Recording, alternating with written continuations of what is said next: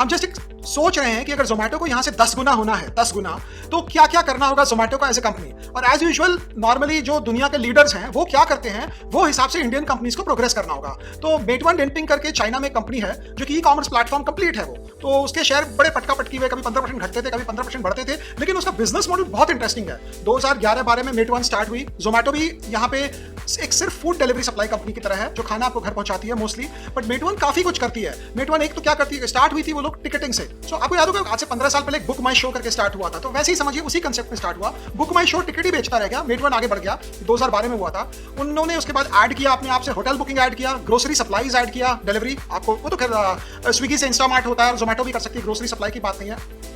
Rental start किया। Bike rental services China में बहुत पॉपुलर है, मतलब आप साइकिल लीजिए एक जगह से दूसरे जगह जाइए, वो साइकिल छोड़ दीजिए और पैसा दे दीजिए और फिर आगे निकल जाइए, वापस कोई और साइकिल लेके इधर आ जाइए, खुद ही चला के ले आइए। तो बाइक रेंटल सर्विसेज चाइना में बहुत पॉपुलर है। तो मेटवन ने मोबाइल करके कंपनी खरीदी जहां पे उन्होंने बाइक रेंटल सर्विस स्टार्ट किया।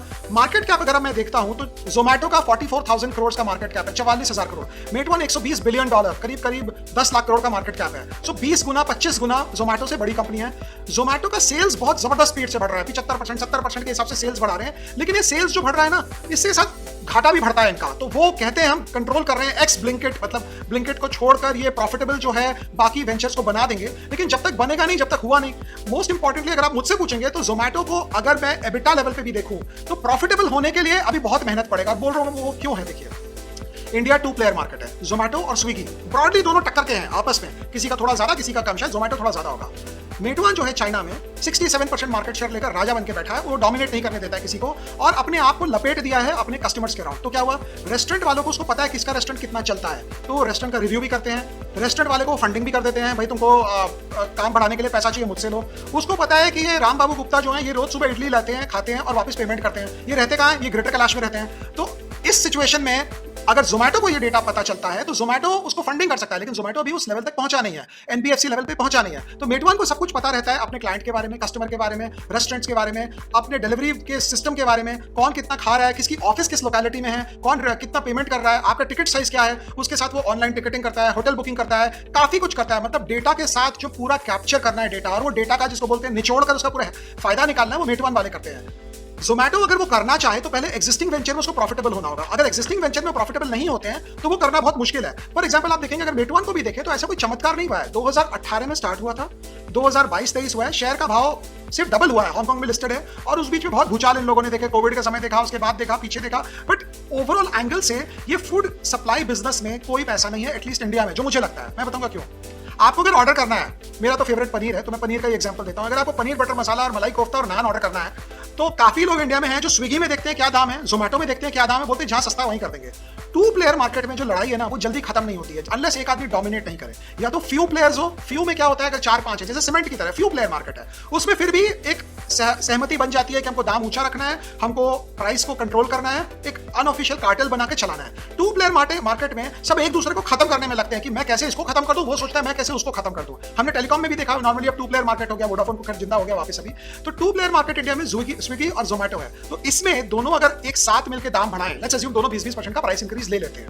अगर दोनों 20% का प्राइस इंक्रीज लेते हैं तो इंडियन कंज्यूमर इतना प्राइस सेंसिटिव है, वो बोलेगा खाना ही नहीं है डोसा बाहर से, छोड़ो घर में ही बनाते हैं। दूसरी बात, अगर एक प्राइस इंक्रीज लेता है तो सारा मार्केट उससे निकल के दूसरा आपके पास चला जाएगा। इसमें कस्टमर लॉयल्टी नाम की कोई चीज नहीं है। अब मेरे पास जोमेटो का भी ऐप है और मेरे पास स्विगी का भी ऐप है, तो बहुत डिफिकल्ट है करना। तो अगर इनको जोमेटो को यहां से स्केल अप करना है, दूसरे लेवल तक पहुंचना है और बहुत बड़ा बनना है, फॉर एग्जांपल मेटवन टाइप बनना है, तो उसको क्या करना होगा मेरे हिसाब से। अगर अपने ब्रॉड देखें, इंडिया का पर कैपिटा इनकम $2,500 का, चाइना का पर कैपिटा इनकम $10-12,000 का, शायद 12 समझ लो, तो 5 गुना का डिफरेंस है इंडिया और चाइना का पर कैपिटा का। तो चाइना में जो कंपनी 10 लाख करोड़ की है, consumer facing company, effectively per capita के हिसाब से इंडिया में वो 2 लाख करोड़ की ही हो सकती है, उससे ज्यादा नहीं हो सकती, बिकॉज वहां का पर कैपिटा ज्यादा है, वहां की इकोनॉमी बड़ी है, वहां पे लोग ज्यादा हैं। चाइना में वर्किंग पॉपुलेशन बहुत एक्टिव है, वहां पे औरतें भी काम करती है, आदमी भी काम करते हैं। तो जब सब कोई काम करते हैं तो एक प्रोपेंसिटी होता है बाहर से ऑर्डर कर लो, कौन बनाएगा, शाम को दोनों आ गए, अब खाना बनाने में कौन समय लगा है। यहाँ अभी भी एक जनरेशन ऊपर वाला जो घर में जो ओल्डर जनरेशन है वो फिर भी खाना रेडी रखता है, वो बाहर का खाना देखकर तो गुस्सा करते हैं, बाहर से क्यों खाना मंगवाया।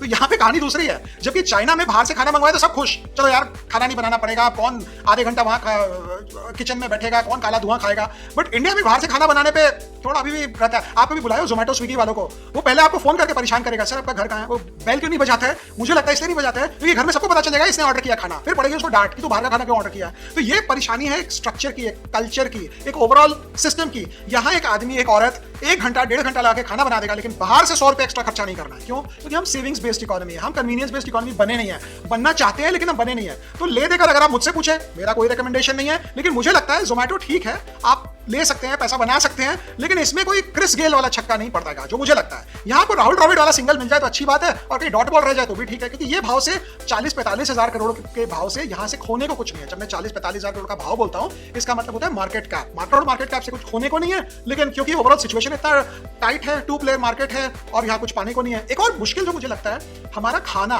फॉर एग्जाम्पल साउथ इंडिया में आप जाएंगे तो इडली तो जा सकती है, लेकिन मसाला डोसा अगर आप कहीं मंगा लिए जोमेटो और स्विगी से, तो उसकी तो बैंड बच जाती है। अगर आप दिल्ली साइड में, नॉर्थ इंडिया साइड में आप छोले भटूरे वाले हैं या आप नान मलाई कोफ्ता वाले हैं, हमारी तरह, मेरी तरह, तो नान जब आते आते ना वो एकदम बन जाता है, वो जैसे कोई रबर बन गया है, वो उसको खाने में मुश्किल हो जाती है। तो जब नान खाने का प्लान होता है, लोग बोलते हैं भाई रोटी मंगा लो, नहीं तो बाहर जाके खा लेते हैं। चाइना में क्या है, उनके खाने के उतने ही आइटम, वही नूडल्स, वही मोमो, तो वो आप लाए, आप स्टीम किया, आप खा लिया, आप चल पड़े। तो कई वजह से पिज्जा को आप होम डिलीवरी में चलाएंगे तो अच्छा चलता है, बिकॉज जाइए आप माइक्रोवेव में गर्म कर लीजिए, गरम ही आता है, चल पड़ता है। लेकिन अगर आप मलाई कोफ्ता को आप होम डिलीवरी मंगाएं, या आप ऐसी कोई आइटम को मंगाएं जो नान के साथ खाई जाती है, या जो रोटी के साथ खाई जाती है, या मसाला डोसा हो गया, बिकॉज इंडिया में मुझे लगता है नान, रोटी और मसाला डोसा, ये ब्रेड जो हम लोग इंग्लिश में बोलते हैं, कभी जाते हैं रेस्टोरेंट में तो ब्रेड में क्या लोगे, तो पहले तो मैं सोचता था ब्रेड मतलब क्या, ब्रेड तो ब्रेड होती है, पाव रोटी। लेकिन बाद में समझ आया कि ब्रेड मतलब होती है कि रोटी और नान, इसको हम लोग ब्रेड बोलते हैं, बिकॉज वो तो सबको ब्रेड बोलते हैं ना, हम तो ब्रेड बोलते हैं, जो ब्रेड दूसरी है और हमारे लिए रोटी दूसरी है, दोनों में फर्क है, बट इंग्लिश में रोटी और ब्रेड एक ही होता है। तो इस एंगल से अगर मैं देखूं तो मुझे लगता है कुछ कल्चर का प्रॉब्लम, कुछ ओवरऑल इकोनॉमी का प्रॉब्लम। अब आते हैं हमारी ओवरऑल इकोनॉमी पे, इन्फ्लेशन है, ये सब तो चला जाएगा, लेकिन कोई बोलेगा 10 साल का व्यू क्या है। भैया 10 साल का व्यू है तो जोमेटो सर्वाइव करेगा, अच्छा करेगा। फाइनली आप लोगों में से किसको याद है पुंज लॉयड? याद है कंपनी पुंज लॉयड? वो हर 2 महीना 3 महीना पे वो हर एक नया ऑर्डर लाती थी बाहर से, कभी इधर से लाया, कभी उधर से लाया, और हम लोग मजाक में बोलते थे पुंज लॉयड जितना ऑर्डर लाती है उतना घाटा करती है। तो घाटे वाली कंपनी जो होती है ना, वो जब तक घाटा करे हाथ नहीं लगाना चाहिए। जिस दिन प्रॉफिटेबल हो उस दिन वो कंपनी का भाव चाहे डबल क्यों ना हो जाए तब ले लो। अब पेटीएम जैसे फॉर एग्जांपल, कोई दिन हम पेटीएम डिस्कस करेंगे, प्रॉफिटेबल जब हो जाए, हो गई रादर, तब उसको सोचना लेने का होता है। लेकिन जोमेटो और पेटीएम में फर्क है, जोमेटो 10 रुपए दाम बढ़ाते ही हो हल्ला होगा, पेटीएम अगर थोड़ा सा दाम बढ़ा देगा ना तो लोग दे देंगे, कर लेंगे, कन्वीनियंस की बात है। और पेटीएम का कंपटीशन भी है लेकिन उतना दिमाग नहीं लगाते लोग, और जोमेटो में तो ज्यादा खर्चा करने पे तो आपको पता है, फिर लोग बोलेंगे घर पे ही बनाते हैं खाना, घर पे ही खाते हैं। तो कंपनी बिजनेस मॉडल बहुत अच्छा है, बट जोमेटो को अगर आगे चलना है तो उनको अपना डेटा यूज करना होगा। होटल बुकिंग, उनको बाइक रेंटल तो इंडिया में चलती नहीं है, लेकिन टिकट बुकिंग, बिकॉज उनके पास डेटा है, उनको मालूम है जीके 1 से कौन ऑर्डर कर रहा है, उसके बाद सीपी से कौन ऑर्डर कर रहा है, बॉम्बे में पेडर रोड से कौन ऑर्डर कर रहा है, कलकत्ता में केमिक स्ट्रीट से कौन है, चेन्नई में माउंट रोड से कौन है। उनको पता है माउंट रोड वाला आदमी कम से कम 2-5 हजार का खाना का बिल लेकर भागेगा नहीं कहीं, तो वो फंडिंग का स्टार्ट कर सकते हैं, एनबीएफसी कर सकते हैं। तो लेकिन फंडिंग में तो फिर बजाज फाइनेंस तो लीडर है ना, उसके पास डेटा है, सब तो डेटा का खेला है आज के दिन फंडिंग का। तो यही सोच के सोचा वीडियो करें।